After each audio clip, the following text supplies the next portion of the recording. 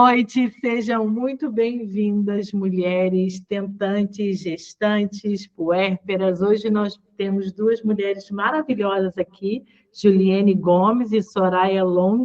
Tá certo, Soraya? Long. E elas vão papear com a gente sobre esse momento tão especial na vida da mulher, que nós aqui, a maioria de nós já passou, né? Mas estamos trazendo essa beleza que é o trabalho da Soraya e da Juliene, para que vocês possam conhecer. Então, sejam bem-vindas, Ju e Soraya. O palco é de vocês. Oi, gente, boa noite, bom dia, boa tarde para quem vai assistir depois. É prazer estar aqui com tanta gente maravilhosa, com essas mulheres incríveis que eu admiro. Soraya, que aceitou esse convite, quase não aceitou, porque ela está numa fase de transição de carreira, mas é uma querida, uma profissional que eu admiro tanto, e ela vai se apresentar daqui a pouco. Então, falando um pouquinho de mim, eu sou a Ju Gomes. Eu sou personal trainer, eu trabalho com mulheres desde 2010. Eu tenho a minha formação em educação física na Universidade Presbiteriana Mackenzie, em São Paulo. Então, eu sou uma apaixonada por esse universo de mulheres, gestação, parto, pós-parto. É uma coisa que mexe comigo, mexe com o meu coração. E a gente veio trazer um pouquinho aí de conhecimento, partilhar as histórias e falar desses benefícios aí, né, para a vida da mulher em geral, mas hoje a gente vai abordar essa fase aí reprodutiva da mulher, né, das tentantes, das gestantes e das puérperas, né, das mulheres em pós-parto.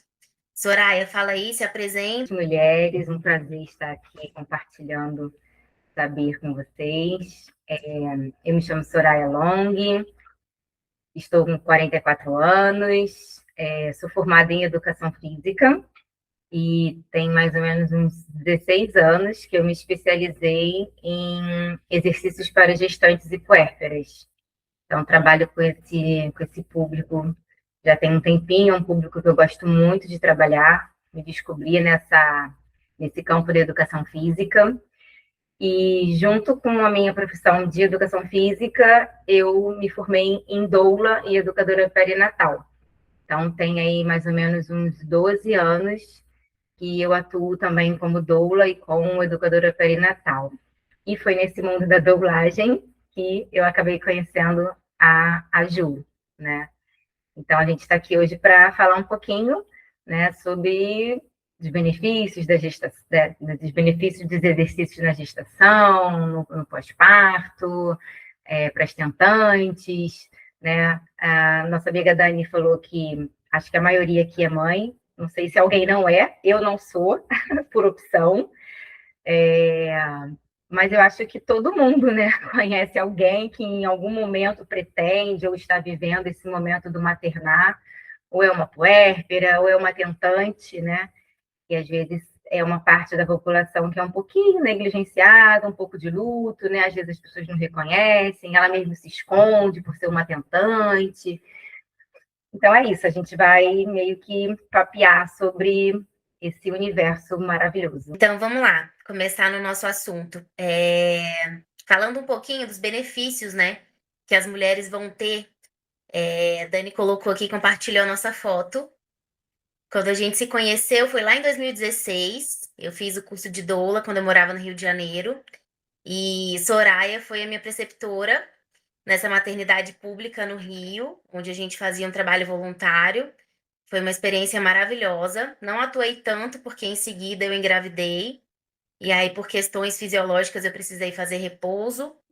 E aí, não tive tantas experiências, mas os momentos que a gente partilhou nessa maternidade foi incrível, me marcou. Conversando com a Soraya hoje, ela falou assim: parece que foi ontem, parece que foi ontem mesmo. E isso foi em 2016. Cá estamos aqui compartilhando outros momentos, né, Soraya? Então, falando sobre os benefícios, né? Falando um pouquinho de todos os benefícios que essa mulher tentante vai ter praticando atividade física antes mesmo da gestação. Por que que é tão importante? Ela não só pode, como ela deve começar as atividades físicas nesse período de preparação, né? Geralmente as mulheres vão ao médico, começam a tomar alguma suplementação, alguma questão voltada para o ferro, e esquece dessa parte que é tão importante, essa preparação, né? De ter uma rotina saudável, de ter uma alimentação mais adequada, uma desinflamação desse organismo como um todo, né? Todos os fatores que vão contribuir para a melhora dessa fertilidade, para que ela consiga, né, esse tão sonhado bebê aí. Então, falando do primeiro ponto, a gente tem uma melhora do equilíbrio hormonal, né, com essa prática regular de exercício físico. Quando ela inicia, ela tem essa regulação dos hormônios que são ligados diretamente no ciclo menstrual e na ovulação, tendo assim um aumento, né, da fertilidade.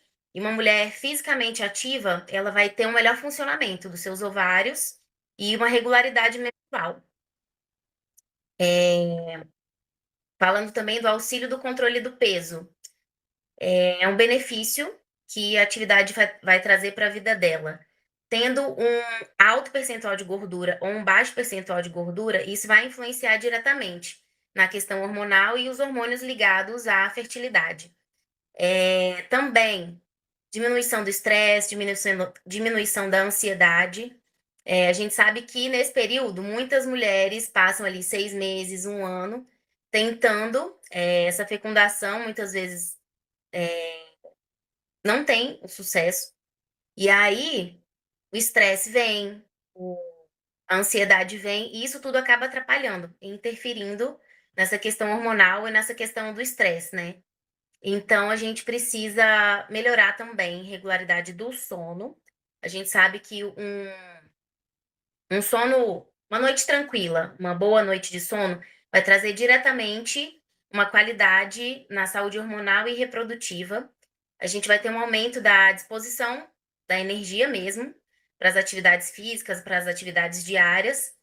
A gente vai ter também um controle na questão hormonal e um aumento da sensibilidade, perdão, um aumento da melhora da sensibilidade à insulina para as mulheres que sofrem com a síndrome do ovário policístico. Eu sou uma delas, eu tive essa questão, não influenciou na minha fertilidade, mas a gente sabe que muitas mulheres ficam tentando e isso acaba influenciando diretamente, né? A gente chama de SOP, síndrome do ovário policístico. E essa preparação como um todo, né, para o corpo da mulher, para essa questão emocional, psicológica e física, iniciar só vai trazer benefício. Então, não deixar para começar essa atividade física depois de ter engravidado, ou falar assim, ah, não, agora eu já engravidei, eu sempre fui sedentária, então vou deixar para depois. Então, nunca é tarde, sempre é tempo de começar, recomeçar, mesmo que seja uma atividade leve, mas ela deve dar início antes da fecundação. E toda essa preparação vai trazer o quê? Vai trazer um fortalecimento muscular, uma melhora da postura, vai trazer uma resistência física maior para o dia a dia, para as atividades da vida diária e para enfrentar, né? Eu não posso dizer enfrentar porque não é só sofrimento. Mas, assim, são muitos desafios, são muitas dores, são muitas queixas, são muitos incômodos físicos, né, durante a gestação. Então, quanto antes ela começar, melhor. E uma melhor consciência corporal também, que a gente vai mudando o centro de gravidade, vem as dores nas costas. Então, é mais ou menos por esse caminho, começar antes, fazer esse preparo antes, não só em relação a buscar o médico para fazer uma suplementação, mas também iniciar essa atividade física e procurar uma alimentação mais saudável também. Uma desinflamação desse corpo para uma fecundação mais rápida e uma gestação de sucesso. Falou, né, todos esses benefícios, né? Eu acho que todo mundo aqui é, né, cercado de mulheres, né? Filha, sobrinha, às vezes algumas já podem até estar com netas. E só para a gente pensar nessa tríade, né, desse biopsicossocial, né, essa coisa que é tudo junto, misturado, né? Porque uma tentante, ela, como eu falei, né, no início, ela às vezes ela se isola muito, né? E às vezes ela não consegue compartilhar nem com a própria família que ela está tentando, né? E às vezes até nós, mesmo como mulheres, né? E aí, vai ter bebê quando? Ai, já casaram? Ih, vai ter um membro novo na família. E às vezes essa mulher, essa pessoa gestante, né? Que hoje a gente nem pode falar nem só mulher, né? Porque tá aberto, né, para todas as pessoas que têm útero, então a gente precisa acolher também, né, as pessoas que não se identificam como mulher, mas têm útero. E aí, no mundo da doulagem, a gente vive muito isso, né? Eu já atendi pessoas que são trans, têm útero, mas não se identificam como mulher. Mas esse é um outro viés, um outro campo, não cabe essa discussão aqui agora. Mas é só para a gente ficar atenta, né?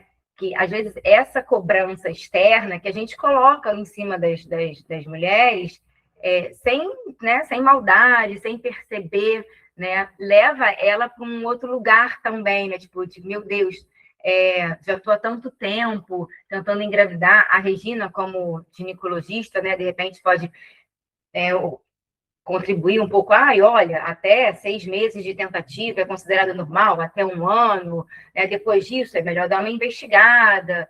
Então, é um campo que é muito importante, né? Principalmente a gente que vai dar suporte para outras mulheres, seja na família ou não, de incentivar, né, a prática do exercício físico, que é o tema principal da nossa live, né? Falar dos benefícios, né? E tentar ajudar de uma maneira, tipo, você está se cuidando? Como é que você está? Está fazendo atividade física? Como é que está o controle do peso? Porque realmente acho que é uma fase muito solitária, tanto a tentante quanto as pessoas que permeiam ali pelo luto, né? Pela perda gestacional, que também é um outro tabu, que é um outro campo muito, muito pouco debatido e às vezes muito chocante, meu Deus. Às vezes muito chocante, mas eu só queria trazer esse recorte para a gente ficar, né, muito atenta com essa pessoa que, se você souber que ela está tentante, não ser mais uma pessoa que vai colocar sobrecarga, né, perguntando se ela já conseguiu, se está tentando, se está treinando, o que ela está fazendo, e ter esse acolhimento maior com essas... Antes de colocar o slide para ela, eu fiquei pensando aqui, quem de nós, né? Como é que foi a nossa história? Como que nós engravidamos? Eu lembrei da minha própria história, que para mim não foi difícil engravidar. Eu transei sem camisinha uma vez e fiquei grávida, mas eu também tinha ovário policístico e eu já tinha perdido uma gestação anterior, 12 anos antes, 13 anos antes. E o exercício físico que eu fiz durante a minha gestação foi essencial para mim, né? Acho que me exercitar durante a gestação foi essencial. E eu convivi muito com algumas mulheres tentantes, e eu pude testemunhar, assim, como é difícil essa fase, exatamente como a Soraya falou, como a Juliane falou. Sei vocês que estão aí, né? A Ju falou que a gente podia debater, eu acho que se cada uma quiser trazer também a sua história, a sua contribuição, né? Eu queria falar também sobre, pegando o gancho da Dani, eu também tive, né, um diagnóstico de ovário policístico e, na época, o meu médico falou que se eu quisesse engravidar, eu teria que fazer um tratamento. Eu não cheguei a fazer um tratamento, porque aí que eu quero entrar nessa questão do psicológico, né? Porque o meu companheiro não queria ter filhos, ele não tinha esse projeto, pelo menos naquele momento. A gente estava já 4 anos casados, morando juntos, e ele ainda não tinha se aberto para isso. Quando eu comecei a sentir vontade de ter um filho, e um dia falei com ele sobre isso.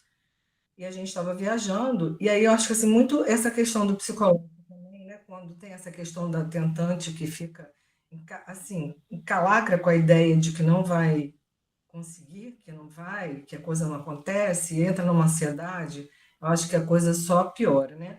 No meu caso, eu não cheguei a entrar nesse processo porque foi interessante, eu fiz uma viagem de férias e o meu médico homeopata tinha me dado uma interpretada sobre essa questão do ovário policístico, falando que, ele falou assim, você sabe como é que acontece o ovário policístico? O óvulo não rompe, não sai do ovário, não vai para a trompa, ele fica ali encruado. Aí falou assim, isso é coisa, né? Você faz isso na sua vida, você começa as coisas e não termina. Aí a minha ficha caiu. E aí eu fui fazer uma viagem, subi o Pico da Bandeira. E aí, subindo o Pico da Bandeira, faltava assim uns 200 metros, sei lá, bem perto já, eu não aguentava mais andar, eu estava assim, eu estava escutando um barulho tão intenso, falei, gente, que barulho é esse? Era o meu coração, tum, tum, na minha cabeça, assim. Aí me veio a fala, né, do médico. Eu falei, cara, falta tão pouco, eu preciso concluir isso, eu não vou desistir. Agora a pior parte eu já passei, então eu vou avançar. E aí fui até o fim, consegui concluir, né, a trilha, cheguei, subi lá e tal, enfim. E eu voltei dessa viagem grávida, e eu não sabia que eu estava grávida. Eu descobri que eu estava grávida numa ultrassonografia que eu já tinha deixado agendada antes das férias. Tinha deixado agendada uma outra para fazer tireoide e ovário para ver como é que estava. E eu primeiro fiz a de ovário, no mesmo dia fazer as duas, mas eu fiz primeiro a de ovário para depois fazer a tireoide. Quando a médica fez, ela falou assim: Você tem filho? Eu falei: Não. Aí ela falou: Não tinha. Tá vendo essa bolinha aqui? É o neném. Eu quase surtei. Falei: Gente, eu nunca vi nenhuma mulher que está grávida e não tem nem desconfiança de estar grávida, porque eu não sentia nenhum sintoma de gravidez, porque a minha menstruação sempre atrasou muito. Então foi uma grande surpresa. E aí, para falar para ele que ele não tinha programado, eu falei nessa viagem sobre isso com ele. Falei: Olha, estou sentindo vontade agora de pensar, de ter um neném, o que você acha? Ah, vamos pensar isso, ano que vem a gente fala disso. Foi só ele falar isso, engravidei. Então, assim, eu acho que essa questão do psicológico também é uma coisa que impacta muito, né?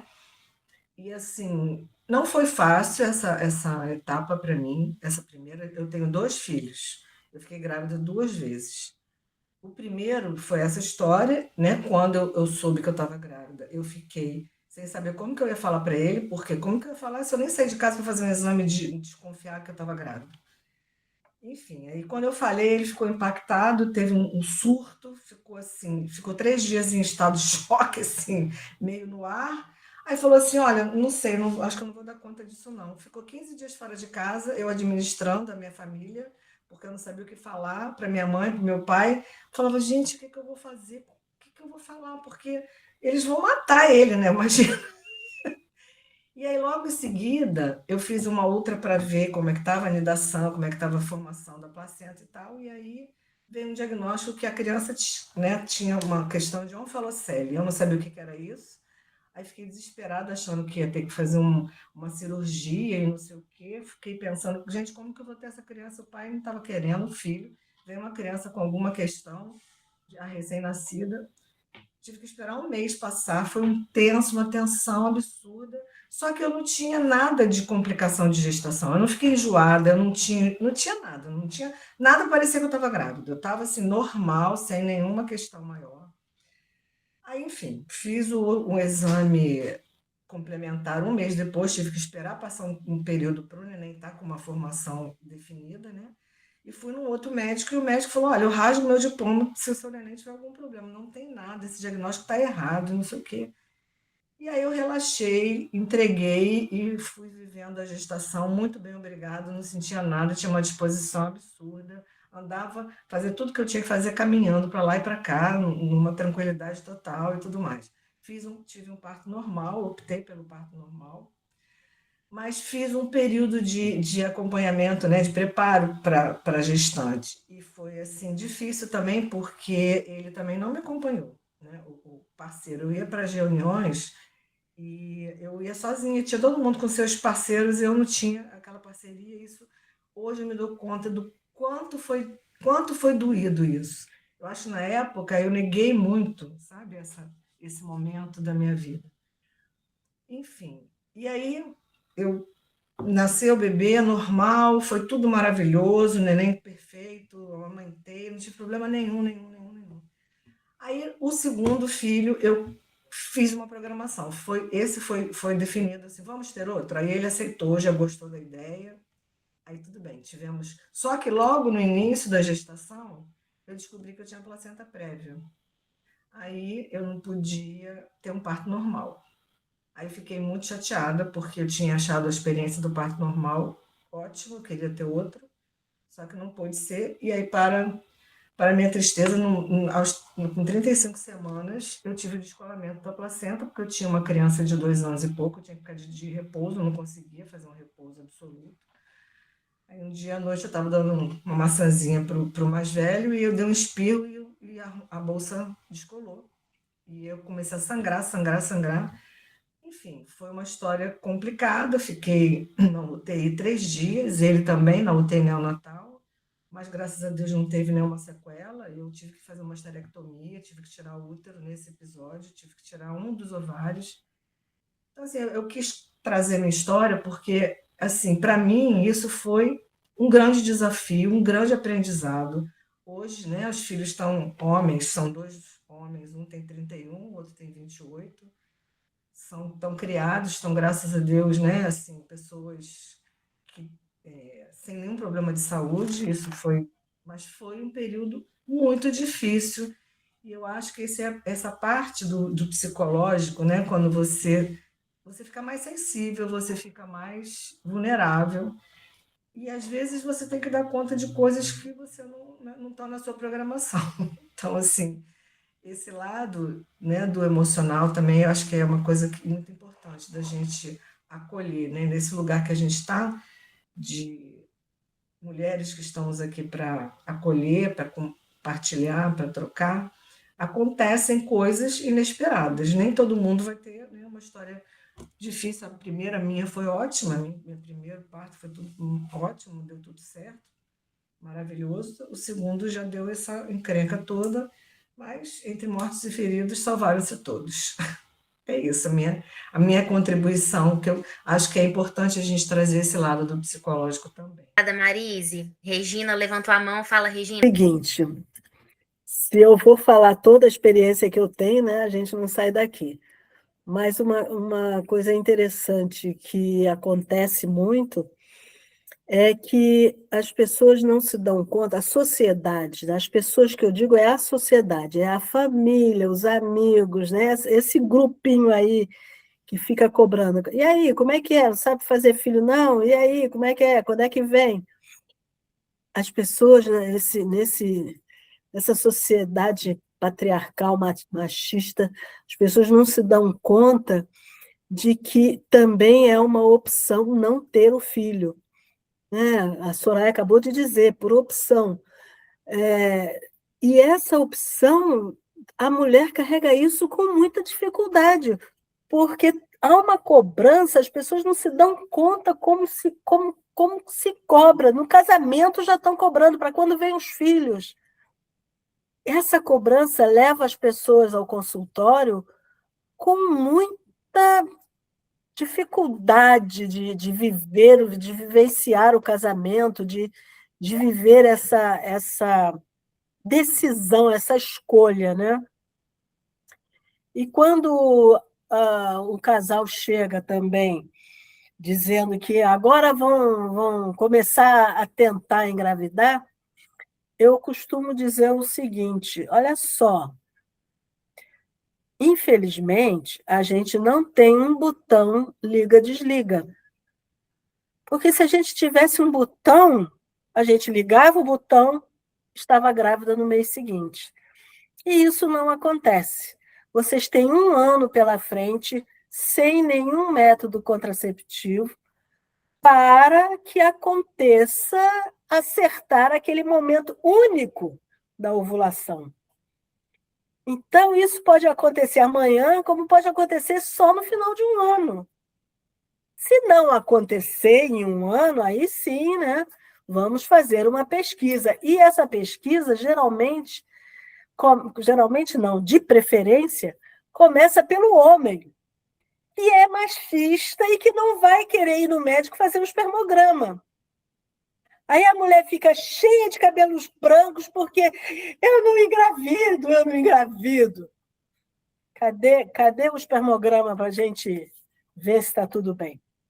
E eu também posso dizer, como experiência de consultório, que muitas mulheres com ovário policísticos apareceram absolutamente grávidas no meu consultório, como se nada houvesse. Então, há casos e casos. Tá? Porque é muito comum chegar uma cliente dizendo: me disseram que eu tenho ovário policístico e eu sei que não vou poder engravidar. Não é bem assim. Então, a pessoa, às vezes, chega desiludida, e aí você tirar isso do mental, né? tirar isso da cabeça, você engravida sim, aí como a Marise disse, vamos terminar os projetos, vamos levar os projetos até o fim, vamos tratar isso do lado psíquico da história, né? O corpo só mostra o que está já rolando, né? Mas é isso. Se eu começar a falar, eu vou falar muito. Sempre bom ouvir você, Regina. Só para fechar essa linha de pensamento, né? Você falou assim, tentante,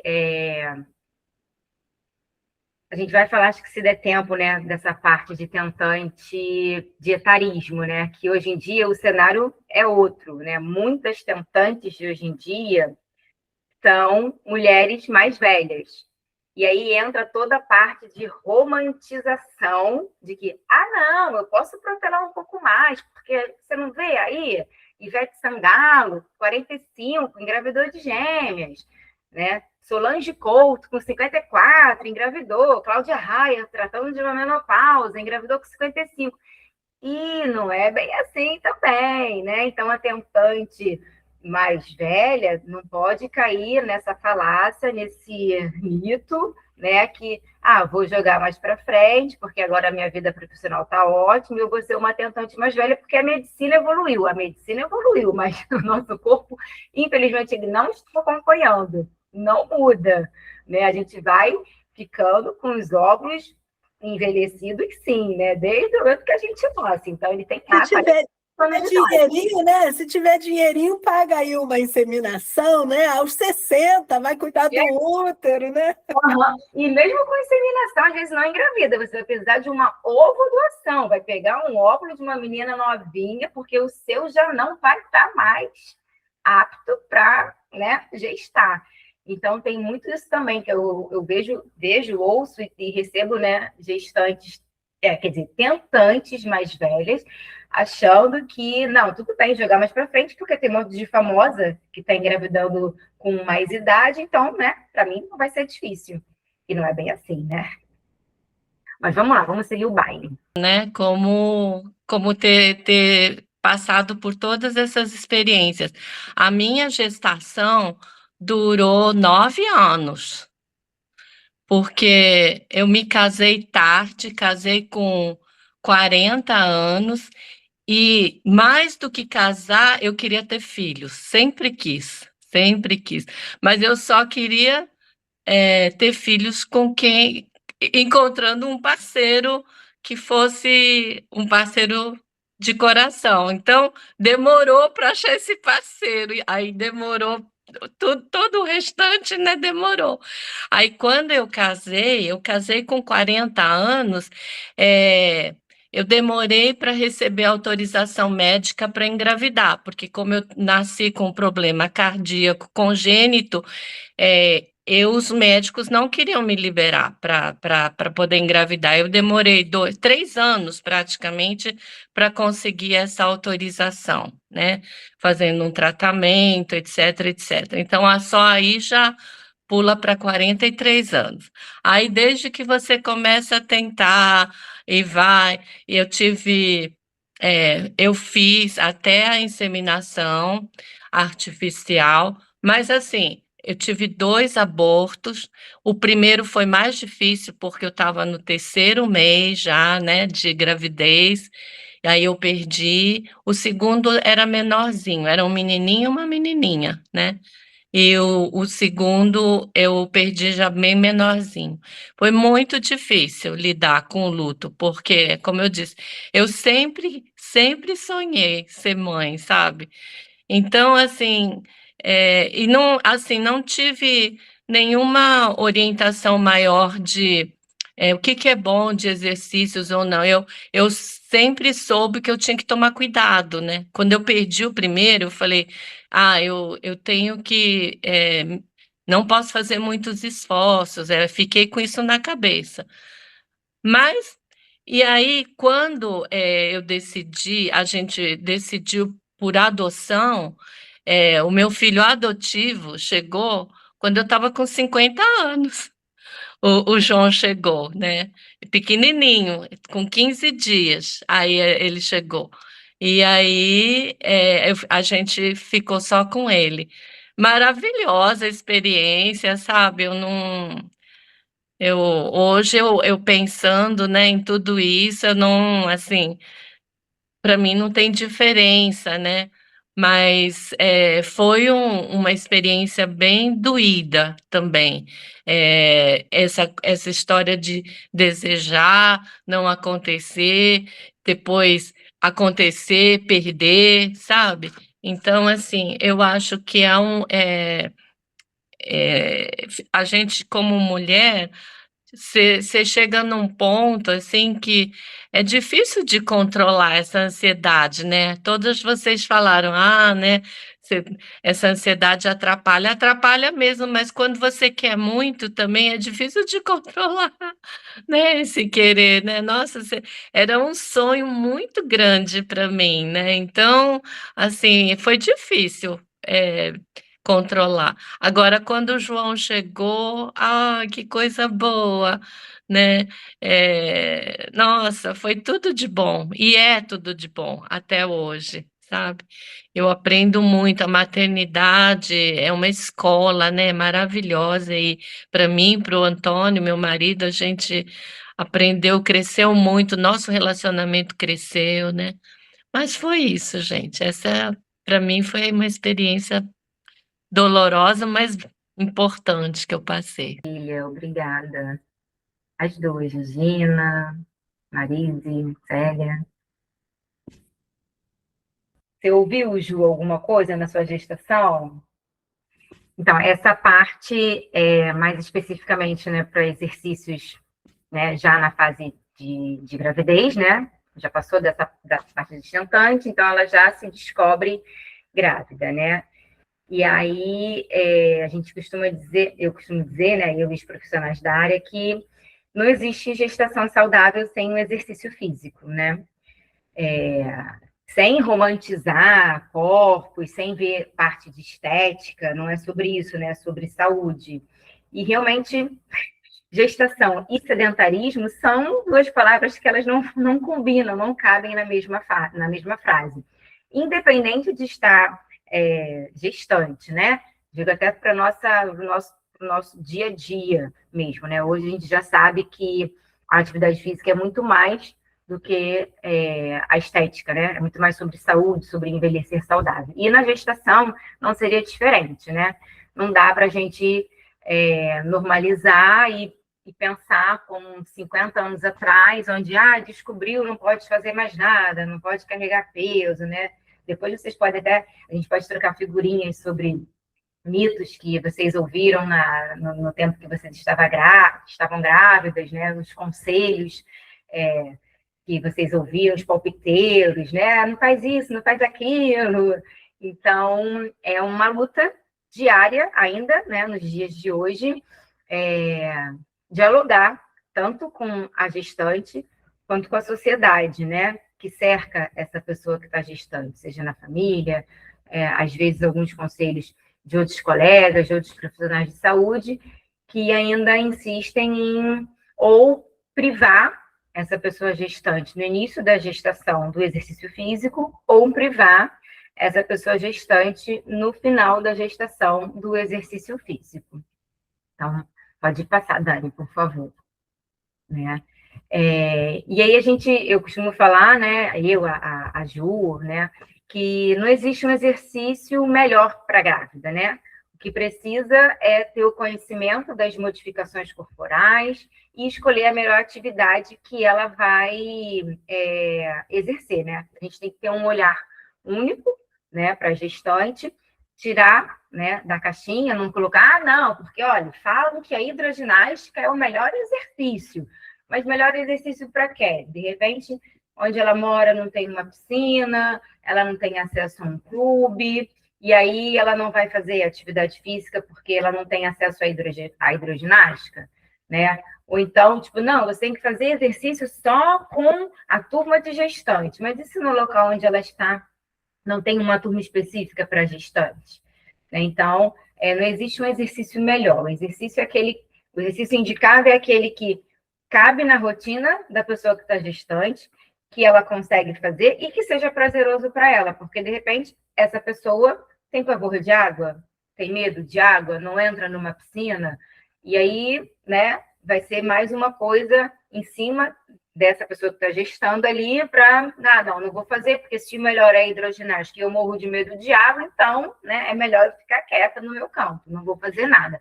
Então, entender que o nosso discurso tem que sempre ser, né, incentivado para faça o que é possível para você, faça o que é melhor para você dentro da sua realidade, dentro das suas condições, mas faça alguma atividade física, né? Pode passar, Dani. Aí a gente, né, entra numa partezinha só, meio que do controle de peso, né? Porque eu penso assim, a gestação ela não está sozinha, não é só o profissional, o obstetra que está ali acompanhando ela, né?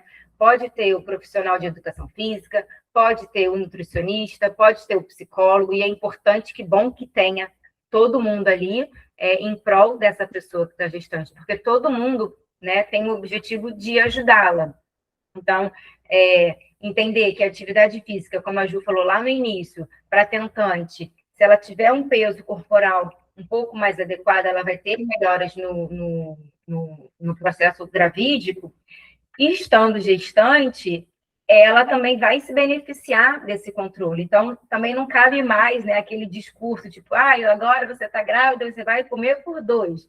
Não precisa comer por 2. Quem não ouviu isso na época que estava gestando, ou já deu esse conselho para alguma amiga, alguma sobrinha, alguma prima, alguma filha, não é para comer por 2, gente, porque o aumento do peso corporal durante a gestação, ele pode ser prejudicial, né? Pode levar a diabetes, pode levar a uma pressão alta, né? Pensa uma pessoa com um peso corporal acima, né, do recomendável, de repente ela vai ter muita dificuldade para andar, para sentar, para fazer atividades básicas, né? Então, ter esse discurso de que comer por 2 é o natural, é o melhor, não é legal. Para quem não fazia exercício físico antes, engravidou, é possível iniciar atividade física? Para quem era sedentária, descobriu grávida. Sim, sim, sim. Hoje em dia a gente já sabe que a atividade física no primeiro trimestre é muito, muito, muito importante. Eu acho que, inclusive, está no próximo slide, Dani, se você quiser passar, deixa eu ver se é o próximo. Não, ainda não é, mas eu vou até puxar o gancho já dessa sua pergunta. O quanto antes você conseguir iniciar a atividade física, melhor, porque já foi comprovado que a placenta é um dos primeiros órgãos, né, assim, que vão surgindo e amadurecendo. Quando a gente tem... Passa um pouquinho, que acho que tem até uma foto, o Dani, por favor, que eu já depois a gente volta. Esse aí. Isso é uma placenta, né? É a casinha do bebê e o branquinho cordão umbilical, por onde ele recebe a nutrição e o oxigênio. Então, quanto antes você iniciar a atividade física, mais saudável vai ser a sua placenta, mais saudável vai ser a casinha do neném, né? Uma placenta bem nutrida, saudável, ela é cheia de vasos, né? Essa placenta, a gente costuma falar que é a árvore da vida, porque se você olha para ela, ela realmente parece uma árvore, né? A copa de uma árvore, o tronco, os galhos. Então, no início da gestação, você iniciando a atividade física, você dá mais sangue, você dá mais aporte para essa placenta, e essa placenta ela vai ramificando os vasos, e, consequentemente, ela vai nutrindo melhor o bebê. Isso já é cientificamente comprovado. Então, recomendar repouso para uma pessoa que acabou de descobrir que está grávida é ruim, porque você deixa de estimular a angiogênese, né, que é a formação de novos vasos sanguíneos. Né? Então, o ideal é... descobri que estou grávida. Nunca fiz nada, sou sedentária. Sim, você pode iniciar. Não precisa esperar as 12 semanas, como era recomendável, né, tempos atrás. Não. Já estando tudo bem, estando sem risco nenhum, seu obstetra verificou que você não tem nenhuma intercorrência ali que realmente impeça você de iniciar a atividade física, você pode começar. Uma caminhada leve, uma natação, uma hidro. E se você já tinha hábito de atividade física, você também não precisa parar. Não precisa parar nem a sua atividade física que você já fazia. Ah, mas eu fazia corrida. Você pode continuar correndo, porque algo que eu sempre bato na tecla, eu falo, gente, o exercício físico, ele não causa aborto. O aborto vai acontecer independente da sua vontade, independente do que você faça. O exercício físico, ele não vai causar o aborto. O aborto é causado por outros fatores. E se tiver que acontecer o aborto, não tem nada que você possa fazer para impedir. Mas eu abortei porque eu comecei a fazer atividade física, porque eu corri, porque eu andei de bicicleta, porque eu fiz uma coisa diferente, só pode ter sido isso. Não, não é culpa do exercício físico. Muitas gestantes, muitas ex-alunas, ex-gestantes chegam com essa culpa, né? Eu perdi, o que eu fiz de errado? Foi alguma coisa que eu fiz, não é possível, né? E aí desmistificar, né? Por isso que a gente fala do biopsicossocial, né? Entender, tentar tirar essa culpa dela, que não foi nada de errado que ela fez, né? Não foi o exercício físico, não foi, de repente, uma comida apimentada, não foi, né, sei lá, a canjica que tinha um pouquinho de canela que fez ela abortar, né? Então, é um universo que não é ser a educadora física, ser a psicóloga, ser a nutricionista, vai muito, é igual o prato fundo, né, da música nova aí que tá gerando, é um prato muito fundo, gente, e desmistificar todos esses palpites de antigamente, às vezes ainda é muito difícil. Eu queria só fazer um parêntese e ouvir vocês. Vocês ouviram, assim, coisas na gestação de vocês, tipo, de que não pode fazer, ou se sentiram essa culpa de, eu perdi, ou então aconteceu isso porque eu fiz tal coisa? Quem tem aí para compartilhar? Que eu não ouvi muito, né? Não tinha muitos palpites, assim. Mas eu tive sangramentos, tive 3 sangramentos no início. Então, a minha ginecologista, minha obstetra na época, pediu esse repouso, também medicação. Acho que, se eu não me engano, foi Buscopan e progesterona, mas é aquela, né, aquela velha máxima que você disse. Se tem alguma malformação, se o corpo não está preparado, se tem algum fator ali que vai causar esse aborto, não é essa medicação que vai impedir, né? E não é também a atividade física. Mas ali naquele início, por precaução, né, fiz o exame, não tinha descolamento, não tinha nenhuma intercorrência física, mas por precaução eu estava em viagem, eu tive esse primeiro sangramento no voo, então foi assim, foi uma fase delicada. Eu estava vindo para Brasília dar notícia para os meus pais que eu estava grávida e no voo eu tive o primeiro sangramento. E aí foi bem delicado. E aí passei 15 dias em Brasília. Quando voltei para o Rio, eu tive um novo sangramento e depois mais um outro. Então, nos exames, no ultrassom, não tinha descolamento de placenta, não tinha nada de agravante, mas, né, tomei a medicação e fiz um repouso relativo, não foi repouso absoluto. Mas deu tudo bem, graças a Deus. O Heitor tá aí com 8 anos, saudável, parto normal. Como eu esperava, deu tudo certo, graças a Deus. Então eu tive essa questão, assim, mas de escutar coisas eu acho que não. Acho que por ser ativa, as pessoas me conhecerem ativa, por ser personal, trabalhei até o final, treinei até o final.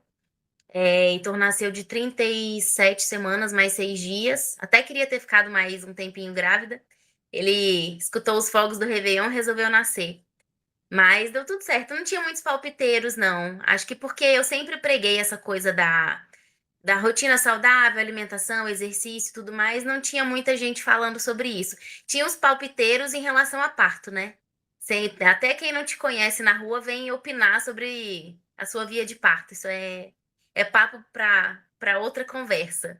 Mas em relação aos mitos, não tive. E aí, só ainda linkando com os benefícios, né, da atividade física durante a gestação, né, no controle do ganho do peso e nas alterações que a gestante vai ser acometida, Não sei se vocês tiveram, na época que vocês estavam grávidas, um pouco mais recente, as temidas dores, né, no nervo ciático, as temidas dores na puxada de perna, né? E tem um outro slide, dá uma passadinha para o outro slide para mim, Dani, por favor, acho que é das dores no pé da barriga. Essa é do centro de gravidade. Então, eu sempre bato na tecla, as maiores queixas que as gestantes trazem para a gente em relação ao exercício físico. Nossa, eu tenho muita dor nas costas, muita dor na lombar, muita dor na cervical, muita dor aqui na região da bunda, meu nervo ciático está gritando, e muita dor no pé da barriga. É o clássico, é a tríade, né? A dor do ciático, que de repente não é só o ciático, né? Volta só uns 2 slides para mim, Dani, por favor. Né? Então, se alguém chega para vocês, né, uma filha, uma sobrinha, uma irmã, está com dor na bunda, irradiando para baixo, você pode sugerir que ela faça atividade física, alongamentos, porque é uma contração da musculatura que a gente tem bem aqui no meio da bunda, né? Que no slide está mostrando aí o piriforme, um músculozinho pequeno, danado, mas que quando ele está contraído, ele vai apertar ali o nervo ciático, e quando ele aperta, dá um choque, dá uma tensão, e essa dor vai irradiando, né, ao longo de toda a perna. E aí, quando não tem uma informação correta, aí a gente vai tratar o ciático, quando, na verdade, uma indicação de exercício físico ou de alongamento específico para essa região do glúteo já descomprimiria o músculo, e esse nervo ele ficaria mais descomprimido e não daria tantos reflexos, né? O segundo slide é em relação à postura, né? E aí a gente reforça a importância do exercício físico e do controle de peso, porque quanto maior for o peso corporal dessa pessoa que está gestando, maior vai ser a alteração do centro de gravidade dela, né? Porque a barriga vai para frente, você tenta jogar as costas para trás, faz uma hiperlordose, e aí não tem coluna que dê jeito, que dê conta de segurar. A coluna vai doer no sentar, no levantar, no girar, no caminhar, e aí a gente pensa, né, da importância do incentivo da atividade física para um bem-estar ao longo da gestação.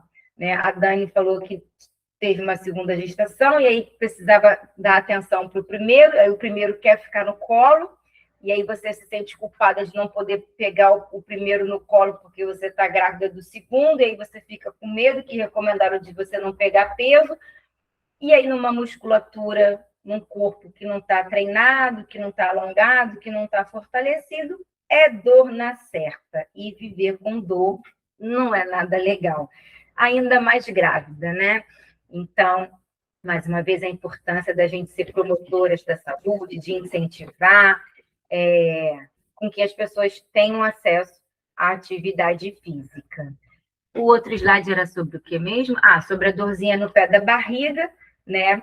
Que é muito mais, né, técnico, né? É um ligamento que sai do útero e se insere lá na pelve. Então, conforme a barriga vai crescendo, o útero vai estendendo, expandindo, esse ligamento ele vai ficando cada vez mais esticado e tensionado. Então, um simples movimento de tossir, de espirrar, de levantar, ele é ativado, tensionado, e aí dá aquelas temidas dores no pé da barriga, e às vezes as pessoas ficam desesperadas, achando que fez alguma coisa errada, que vai nascer, e é só um ligamento que está ali sobrecarregado. Então, ter consciência de exercícios respiratórios, ter consciência do seu corpo, controlar o peso, evitar, né, excessos, faz com que essas dores que vêm com a gestação se tornem um pouco mais fáceis, né, de se lidar. Ajuda a minimizar o desconforto, né? Pode passar, pode passar. Esse outro slide, né, mais informativo sobre a diástase, né, que é esse afastamento da musculatura que todo mundo tem, e durante a gestação a pessoa que está gestando vai ter uma diástase, que a gente chama de diástase fisiológica, é normal, não tem como fugir dela, porque a musculatura vai crescendo, o músculo vai abrindo. Aí tem essa faixinha branca, né, que é o que liga a musculatura abdominal das paredes, liga uma à outra. E quando volta, né, quando o bebê já nasceu, o corpo volta ao normal, e aí esse músculo ele precisa se unir novamente. Quando não tem um trabalho de exercício físico bem direcionado, inclusive para a região do abdômen, esse abdômen ele está, né, vamos dizer assim, fraco, ele se expande, ele se afasta, mas ele não tem força para voltar para o lugar. Então, às vezes, a pessoa já ganhou o bebê, 4 meses, 5 meses, 6 meses, e ela ainda está com aquela barriga que parece que ela ainda está gestando, né? E aí também tem toda outra questão, mas eu não consigo voltar para o meu corpo, não era como antes. Às vezes foi por causa dessa diástase fisiológica, que infelizmente não teve um exercício direcionado para fortalecimento do abdômen, que quando o bebê saiu, o músculo voltou, mas não teve força suficiente para se unir novamente. E aí fica meio que um vão, um buraco, assim, a barriga alta, né, o estômago alto, os órgãos ficam meio que todos fora um pouco do lugar, e eles não conseguem voltar porque a musculatura abdominal não fechou, não retornou. Para algumas gestantes, isso, para algumas puérperas, isso é uma questão, né, porque mexe internamente com a sua autoestima, ela já não se reconhece muito naquele corpo, cadê o eu de antes? Mas será que nunca vai voltar? E eu tenho vergonha de ficar agora nua na frente do espelho? Será que meu companheiro ou minha companheira vai ter desejo novamente no meu corpo?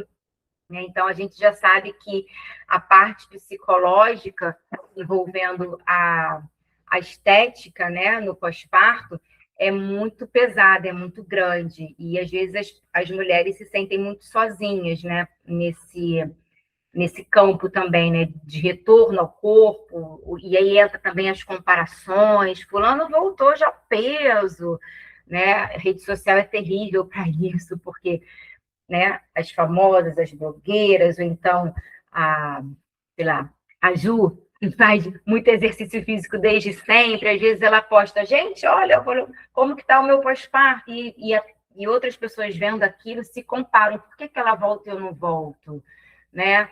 Nossa, por que funciona para ele e não funciona para mim? E aí a gente entra no campo do puerpério, que é outro buraco muito fundo e que é outro pano para manga, que é outra live. Acho importantíssimo falar sobre ele também, mas não cabe agora. Então, a importância também da atividade física para pensar lá na frente, esse retorno vai ser mais fácil.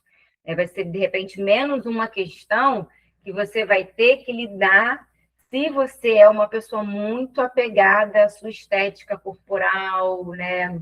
Autocobrança daquele corpo de antes, que de repente não vai mais ter depois do segundo, do terceiro, ou às vezes só de um bebê mesmo, né?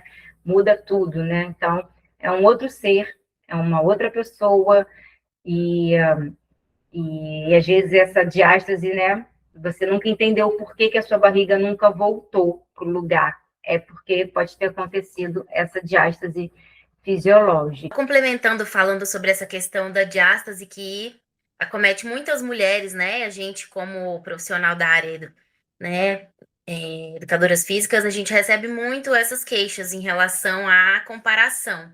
Então, fazendo um adendo, né? O seu abdômen levou ali 9 meses expandindo, então ele vai levar um tempo para ele ir regredindo. Claro que a gente tem que fazer por onde? A gente precisa, depois dessa liberação médica, no pós-parto, o médico liberou, tá tudo ok, cicatrização tá ok, vai voltar essa ativação, vai voltar as atividades físicas.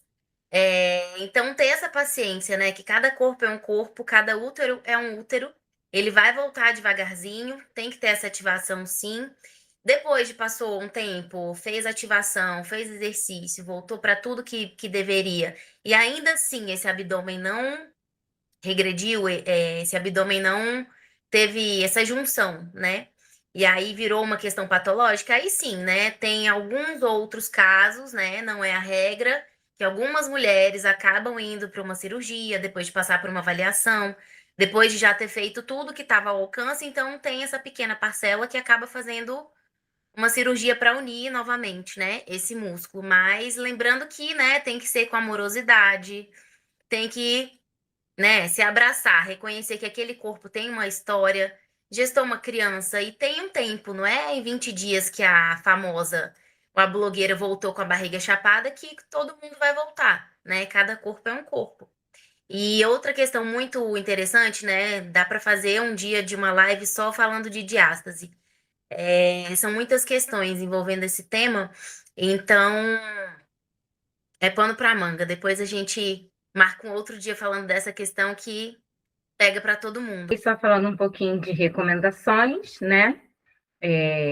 A gente tem meio que um padrão, né? A gente segue meio que a escola de ginecologia e obstetrícia, né? A escola americana, e a gente tenta, né, fazer essa orientação para quem já está gestante, né? Encaixar o exercício na sua rotina semanal, né? Se possível, o mundo ideal, 5 vezes na semana. O mundo real, o que cabe na sua rotina. 1, 2 vezes, 3 vezes na semana. O importante é se movimentar, né? Pelo menos 2 horas e meia, dividida aí ao longo da semana. Você pode fazer 30 minutinhos em 30, 1 hora, 2 horas, 30 minutinhos de segunda a sexta, né? 5 vezes na semana. 30 minutos de caminhada, 30 minutos de bicicleta estacionada, 30 minutos de hidro, enfim. E escolher aquele exercício que mais lhe agrada, né? Como a gente recomendou lá atrás, não existe um exercício perfeito e indicado única e exclusivamente para a gestante. É o que ela gosta e é o que cabe na rotina dela e no bolso dela. E a gente tem uma pequena diferença entre exercício físico e atividade física, né? E aí, fora do ambiente de gestação, né? Para a nossa vida. A atividade física vai entrar aquela coisa tipo assim, eu vou sair para passear com o meu cachorro. Aí eu saí para passear com o meu cachorro, aí eu parei no jornaleiro, aí eu fui e andei mais 3 quarteirões, parei na padaria, aí eu andei mais 2 quarteirões, bati um papo com a vizinha que eu encontrei. Isso é atividade física, né?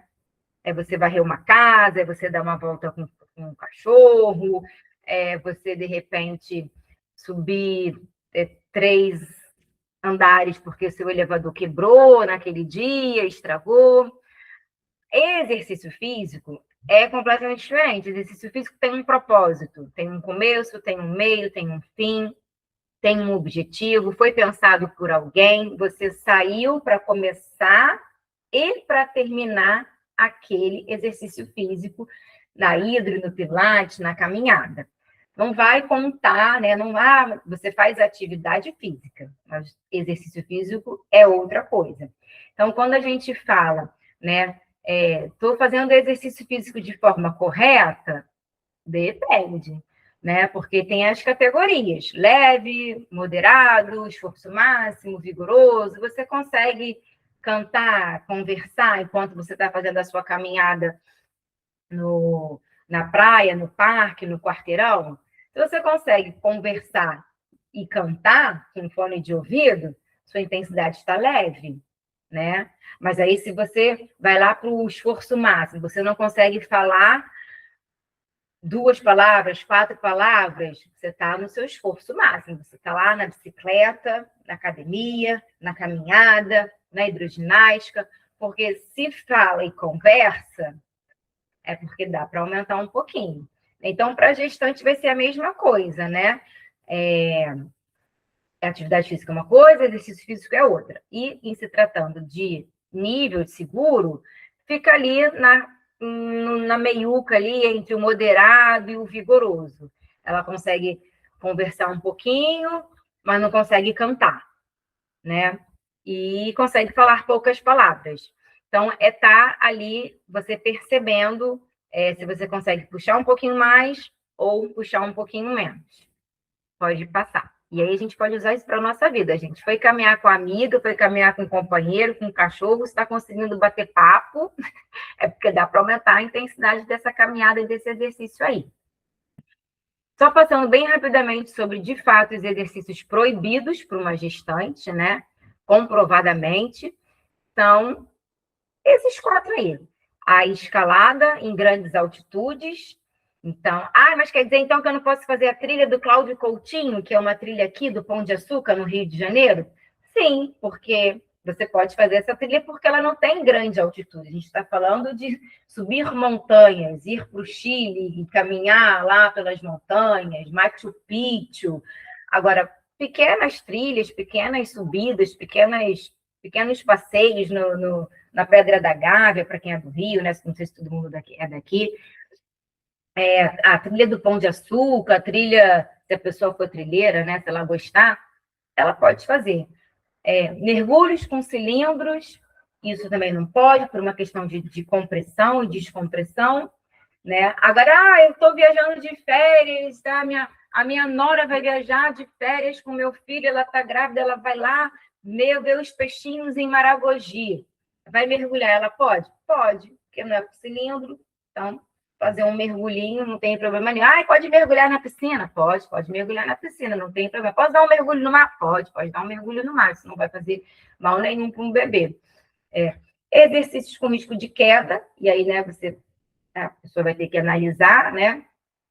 Vai caminhar, vai pedalar. O lugar onde você vai pedalar, a ciclovia é legal, é esburacada, as pessoas respeitam o ciclista, né? Ou então, nossa, eu andava de skate. Você vai conseguir andar de skate grávida, com barrigão? Então, é questão de bom senso, né? Exercícios que envolvam queda é interessante, né? Mas qual o custo disso? Né? E os de contato com trauma, né? Abdominal. Nossa, eu sempre... Minha nora faz jiu-jitsu, judô, krav maga... Tem que avaliar, né, gente? Vai valer a pena você ainda continuar ali naquela luta corporal, né? Vai fazer a queda? Tirando esses 4, risco de queda, trauma abdominal, mergulho com cilindro e escalada em grandes altitudes, tudo é permitido, tudo. CrossFit também, Soraya? Sim, CrossFit também.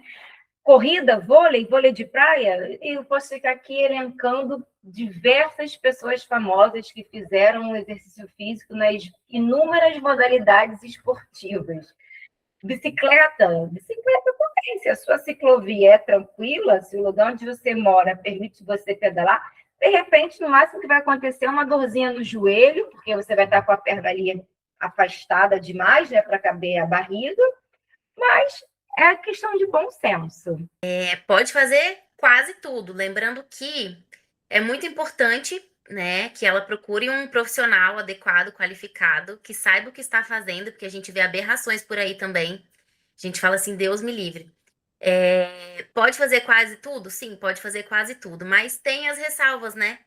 A gente vai reduzir, sim, um percentual ali, 30% de intensidade de carga, não só carga, mas intensidade do esforço dela, né? Soraya falou aí sobre essa percepção de cansaço, se ela consegue conversar, ou se ela consegue se expressar durante o exercício ou não. E tem outras ressalvas também, que é sempre importante a gente lembrar, né? Se essa mulher está vindo hidratada, se ela vai treinar alimentada, se ela comeu antes, porque tem ali um risco de hipoglicemia. Então, não passar tanto tempo em jejum e ainda vai fazer um treino ali leve, moderado que seja, independente se ela treinava antes ou não, né? Tem respeitando a individualidade biológica de cada pessoa. E o ambiente também, às vezes um ambiente muito quente, utilizar roupas adequadas, roupas leves, né? Tudo isso vai contribuir para um bem-estar, né? Para que ela não se sinta mal, que ela não passe mal durante o treino. E tudo isso tem uma peculiaridade, né? Ela pode fazer quase tudo, mas a gente sempre vai respeitar essa fase gestacional que tem umas peculiaridades ali, de questão física, de questão cardiológica, de questão ortopédica. Então, uma coisinha ou outra, a gente vai fazer um ajuste para que essa atividade não ofereça um risco para essa mulher. Esse a gente já meio que falou, né? O exercício mais indicado é o que ela consegue fazer dentro da realidade dela. O combo perfeito seria exercícios aeróbicos e exercício de força, né? E aí o aeróbico é tudo que gasta mais energia, caminhada, corrida, natação. e exercícios de força, justamente para fortalecer todas as musculaturas que vão sofrer maior impacto, né? Musculatura da mama, porque a mama vai aumentar muito para a amamentação, fortalecer a musculatura das costas por conta da troca do centro de gravidade e porque ela vai precisar ter uma musculatura de costas e de braços bem fortalecida, muitas horas com o bebê, então fortalecer o corpo no geral seria o combo perfeito. Polêmicas, mas proibidas, a gente meio que falou, né? Crossfit, corrida, essas coisas, né? Mas vai de cada uma, a questão de bom senso, não nos cabe julgar aqui quem escolhe as atividades físicas. Se você já fazia antes e se sente segura, está acompanhada por um bom profissional, vida que segue, vai à luta. Indo para a parte final, que é bem rapidinha, que é a parte de puérperas, né? Porque o exercício físico é tão importante antes, durante e depois da gestação. Então, só amarrando aqui toda essa ideia, tudo isso que a gente já falou. Obrigada, Soraya, foi maravilhosa a apresentação aí sobre gestantes. Então, falando um pouquinho do pós-parto, né? Depois que já houve essa liberação médica, já tá tudo certo, já passou ali a fase do resguardo, uma boa recuperação, que também é individual, né? Independente se foi um parto cesárea ou um parto normal, né? O seu médico precisa já te liberar para essas atividades, para esse exercício físico, na verdade, que a atividade a gente já está fazendo o tempo todo com o bebê ali. Então, falando um pouquinho do benefício, né, desse retorno para o exercício no pós-parto. A gente tem uma melhor recuperação, né, desse corpo, a gente tem fortalecimento do assoalho pélvico. Então, o assoalho pélvico é aquela musculatura que fica embaixo ali, vai estar sofrendo essa pressão do bebê. Então, independente se essa mulher teve um parto vaginal, um parto normal ou um parto cesárea, essa musculatura ela sofreu esse peso, então ela tem já um enfraquecimento na gestação e pós-parto. Então é importante a gente voltar a fazer essa ativação de assoalho pélvico. Contribui para a redução da diástase, que a gente acabou falando aí no meio do caminho, né? Voltar a ativar essa musculatura do abdômen, essa musculatura de transverso abdominal, que é um músculo mais profundo. Um trabalho de respiração, um trabalho de ativação mesmo voluntária dessa musculatura. Então, antigamente tinha muito aquele mito de pós-parto usar cinta. E a gente já sabe há muito tempo, né? Algumas pessoas ainda desconhecem esse fator, que não é legal, não é interessante essa mulher ficar o dia inteiro com uma cinta comprimindo o abdômen, porque esse trabalho precisa ser da musculatura. Então, se uma cinta está ali comprimindo, o músculo não vai ser ativado. Então, colocou ali, de repente, um shortinho alto, aquela calcinha de pala alta que vai dar um conforto ali para a coluna, mas não aquela cinta que fica comprimindo e o dia inteiro, porque a gente precisa dessa ativação do músculo, ele precisa fazer o papel dele. Então, a atividade também é importante para a questão da regulação do humor, da ansiedade, uma maior disposição ali, uma energia para as atividades da vida diária, para cuidar do bebê, enfim, para a vida daquela mulher como um todo. Para um controle de peso, para a questão do sono. Sono é um fator muito delicado, né? Porque quem é mãe aí de bebê recém-nascido, pós-parto, eu fui ali até quase 2 anos sem dormir direito, com a questão da amamentação, então era livre demanda, ele acordava bastante, então o meu foi regulado depois dos 2 anos. Parece que nunca vai voltar, mas um dia a gente dorme. A melhora da autoestima, né? Que tem tudo a ver ali, a gente voltar a se enxergar como mulher e não só como mãe. Esse trabalho de identificação com o próprio corpo mesmo, de aceitação e de autoestima. E, enfim, como um todo, uma melhora, uma promoção da saúde cardiovascular, metabólica. Então, é isso, levantando a bandeirinha aqui, né, Soraya? Do exercício físico antes, durante e depois. Ele vai ser muito benéfico para a mãe, para o bebê, e só tende a melhorar tudo. Tem os desconfortos, tem os incômodos, tem a questão de saúde, de bem-estar. Então, procure aí um profissional qualificado para tirar as dúvidas e se mantenham ativas. E é isso. A gente quer abrir para perguntas aqui, se vocês quiserem falar, compartilhar alguma experiência. Que ótimo, gente. Assim, muito obrigada pela parceria, pela oportunidade. Ju, que me convidou, Dani, Célia, Regina, Isabela, Marise. Espero ficar, acompanhar as lives de terça-feira. Acho esse projeto incrível. Vou começar a divulgar mais nas minhas redes sociais, porque acho que todos os assuntos, né, podem acabar favorecendo e ajudando alguém. E somos uma rede. Adorei a logo que vocês fizeram, e é exatamente isso, né? Uma ajudando a outra, independente de cor, raça, etnia. Muito obrigada pela partilha, de Dani, de Célia, de Regina, de todo mundo que pôde agregar um pouquinho aqui. Tá bom? Nós é que te agradecemos, né? A comunidade Amor em Si Mulher agradece a sua disponibilidade. E assim, esse é um assunto tão extenso, né? Acho que cada uma de nós tem uma vivência e algo para contribuir. Aquela hora que eu levantei a mão e não consegui falar foi para dizer que eu também tive um sangramento no início da gestação do meu filho, mas eu já fazia Pilates antes e eu não parei o Pilates, eu parei, tipo assim, naquela semana que estava sangrando, né? Usei medicamento e tudo, mas tinha questões psicológicas, tinha questões emocionais, tudo isso foi o que mais me prejudicou. E depois eu continuei a fazer, fiz Pilates até o final, até quase o 8º mês, final do 7º mês, e isso me ajudou muito. Eu não consegui mais porque eu não conseguia chegar, eu morava longe, eu morava no morro e eu morava morava em Petrópolis. Eu morava longe do Pilates, eu tinha que ir de carro, eu não podia descer ali a pé onde eu morava, né? E eu não conseguia mais dirigir. Por isso que eu parei. Mas foi, assim, excelente, eu super indico, né? Acho que a qualidade que eu tive de postura na minha gestação, e trabalhei até quase o final também, não trabalhei no último mês pela mesma questão, né? Porque eu tinha que me deslocar de carro, não conseguia chegar de outra forma, e eu não tinha outra pessoa que pudesse me ajudar, né? Eu fui mãe solo, mas foi bem assim, foi bem bom fazer exercício. E muito obrigada pelos esclarecimentos que você trouxe hoje, né? As pessoas têm muitas misticismo, né, com relação a exercício físico e gestação. E vocês hoje puderam esclarecer para a gente de um lugar muito próprio. Muito, muito obrigada. A comunidade Amor em Si Mulher agradece. E semana que vem nós vamos ter Isabela, a bela Isabela. Está preparando um material incrível, já vi ontem um pouco. Vai falar sobre a mente da mulher. E eu acho que é imperdível, a gente não pode perder, a gente precisa assistir. O que a nossa mente diz da gente, não é isso?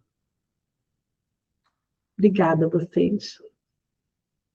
Obrigada, meninas. Obrigada, Soraya, por ter aceitado o convite. Maravilhosa. Agora, Soraya no Rio, eu em Brasília, morrendo de saudade. Obrigada, meninas. E já louca para ver esse conteúdo da semana que vem aí com a Bela. Vai ser incrível.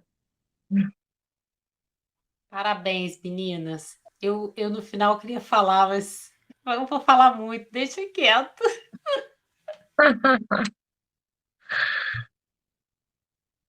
Obrigada.